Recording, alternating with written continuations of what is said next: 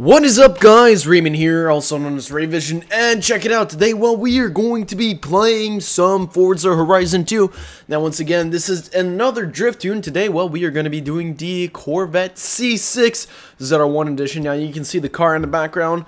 One of you guys asked in the comments that I showed the upgrading and tuning process, and so I have. Now, because I'm not the best tuner out there, it did take me a couple shots to get this car. And as you see, I gave you guys basically the final rendition. Like, this is me upgrading the car, and later I come back in the garage, do a couple more upgrades, and I do a couple tune modifications. But between that and that, there were many other tune modifications. So I did a lot of things with the car to play around with how it drove and etc. So, my opinions on the C6 ZR1, excellent drifter. It was my favorite drift car in Forza 5, and honestly, it is, if not as good, maybe better than the GT500 in Forza Horizon 2, which the GT500, if you guys don't know, is my favorite drifting car at the, well, was. Actually, I don't know. It's a tie right now. It's a tie for first between the C6. The C6 has an incredible sound. It's got a huge amount of raw power behind it, and that is partially what makes the car so awesome. So right here you see me, and I'm about to take the hill, and what happened is my first tune of the gears, I didn't realize that I was actually shortening the gears in place of extending them. I made them go the wrong way, which is a little bit inconsiderate on my half, but I fixed that later on, and it does make the driving a lot more pleasant. One of the things I noticed about the Corvette when drifting it, it spends a lot of its time in the red line, and it's not the best sound when it's in the red line. The car sounds a lot better when you're in the 5,000 to 7,000 RPM range, but when you're always in that red range, it doesn't sound that good. And right here, you see I almost spun out and all that. It is a very light car to take around the corners, so it's very easy to control with your front tires, but at the same time, it's very easy to spin out because it is a light car and there's a huge amount of power. So I went back to the garage and I decided this car needs more power, and the reason for that is in third gear, yes, I was getting my wheel spin, but I felt like I was having to force it a bit, and on the same time I was like, well, I'll just upgrade everything to the max, and then I will extend the gears as well as I modified the tire pressure and other things before. A couple other things I changed as well, and turns out, well, need to do a couple more modifications with that in regards. So, and you see we are just doing some slightly shenanigan things where we are basically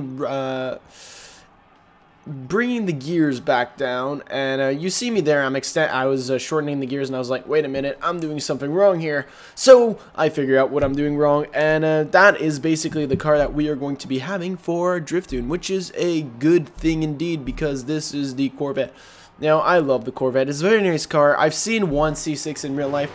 I have to say, it looks a lot nicer in the game than it does in real life. Sorry to say it, because of the plastic on the car. In real life, you notice it a lot more, and it's not as appealing. The C7 has a much better look to it, I find, but for drifting, does not have as much elegance as the C6.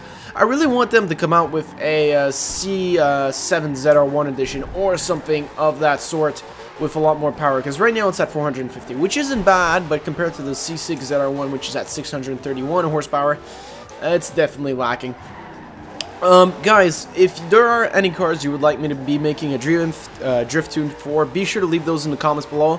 I'm sorry that I don't have the time to do all the selection, guys. It's going to be one car a week, so it's not the end of the world if your car doesn't get selected. Just rewrite it in the comments in next week's video, and I'm going to make my way down through the list. So, you know, what can get your car chosen? How much do I like this car? Like, I'll prioritize cars that I really want to make a drift tune for, but also, who is the first person to comment on the video? Often I will go from the bottom to the top when looking at new comments, so I can prioritize the people that saw it first and commented on it first. Sort of a first come, first serve thing, but that does not mean I will be inconsiderate. Everyone is to be considered, and you know, I'll add a bit of my dash of personal opinion.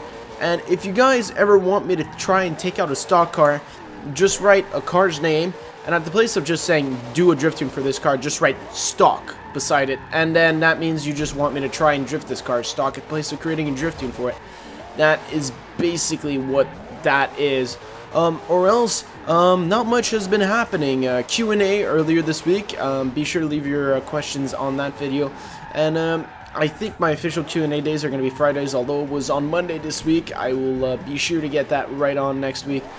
And, you know, everything seems to be going pretty darn well. Look at this thing. It is a pretty sick drifter. It's got so much power, and even with extended gears, it is having no problem doing any of these turns.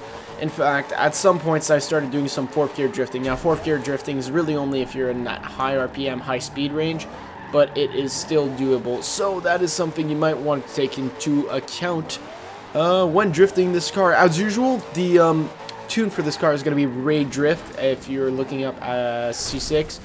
And as usual, guys, I want to thank you all for watching. Leave the comments below. Hope you all enjoyed. Leave your car suggestions below, and I will see you all next time.